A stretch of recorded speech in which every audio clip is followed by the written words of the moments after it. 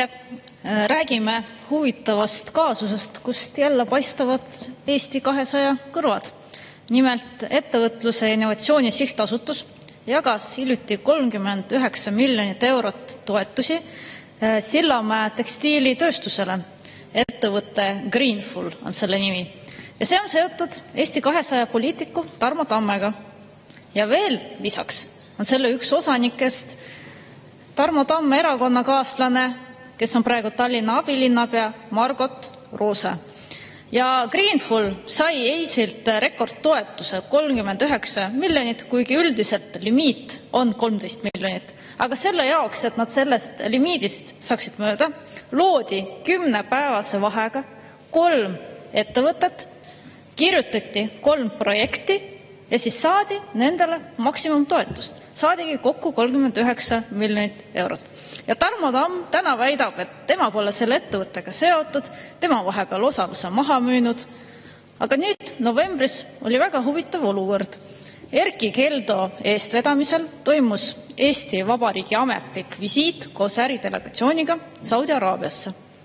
Ja sinna koosseisu kuulus nii Eesti 200 poliitik Tarmo Tamm, aga huvitaval kombel oli seal temaga kaasas ka tema poeg, kes ametliku info kohaselt esindas just seda sama firmat Greenful, mis sai selle suure toetuse osaliseks.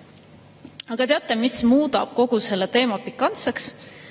Ettevõtte juhi sõnul, sama Greenfuli juht, ütleb, et tema ei teadnud sellest esindamisest midagi.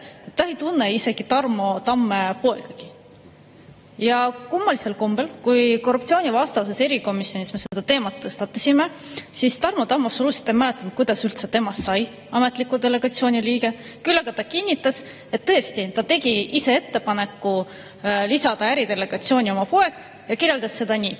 Tore tark poiss, kes oskab hästi inglise keelt. Ehk siis see väide, mida Tarmo Tamm ütleb, et tema ei ole selle ettevõttega kuidagi seotud, see pole absoluutselt usutav.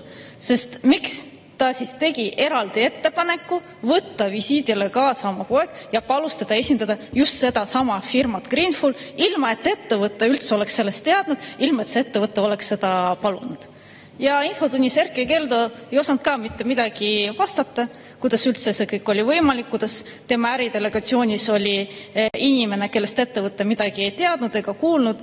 Ja samuti ministri arvates on see täiesti normaalne praktika, kus siis luuakse ettevõtte ja põhimõtteliselt järgmisel päeval esitatakse taotlus. Et see on täiesti okei, et nii suuri toetusi jagatakse äsja loodud ettevõtetele. Ja täna me korruptsioonivastases erikomisjonis käsitlesime uut, aga ka väga olulist teemat, milleks on metsa üleraie. Ja see polnud meie komisjonis niisama. Meil on samamoodi kindlad poliitikud, kindel poliitik, keda ma just ka hetk enne mainisin, kellel on kindlad huvid puidutööstuses. Samas meil on 10 aastaga raiutud metsa rohkem, kui seda on peale kasvanud.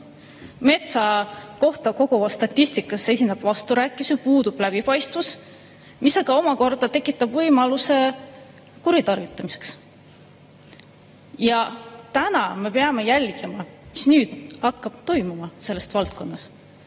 Sest tekib küsimus, kuidas kunagi tekkisid need numbrid metsanduse arengukavasse, kelle huvides neid otsuseid tehti ja miks pidevalt on manipuleeritud andmetega, tekitades meile ekslikku ettekujutust, justkui kõik oleks korras.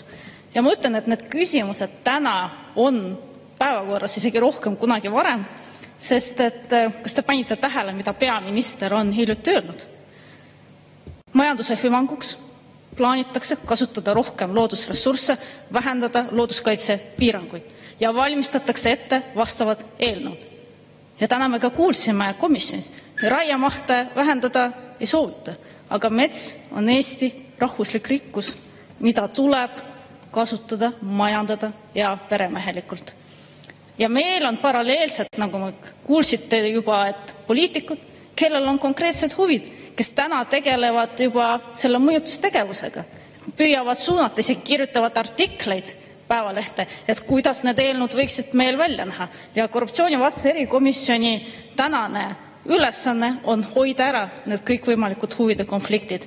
Ja kuna see kõik, mis ma olen rääkinud, see on tegelikult vastuvõetamatu, siis Keskerakond on korraldamas ka meeleavaldust neljapäeval kell 11.30 Stenbocki maja ees. Tulge, avaldame koos umbusaldust praegusele valitsusele. Aitäh! Aitäh!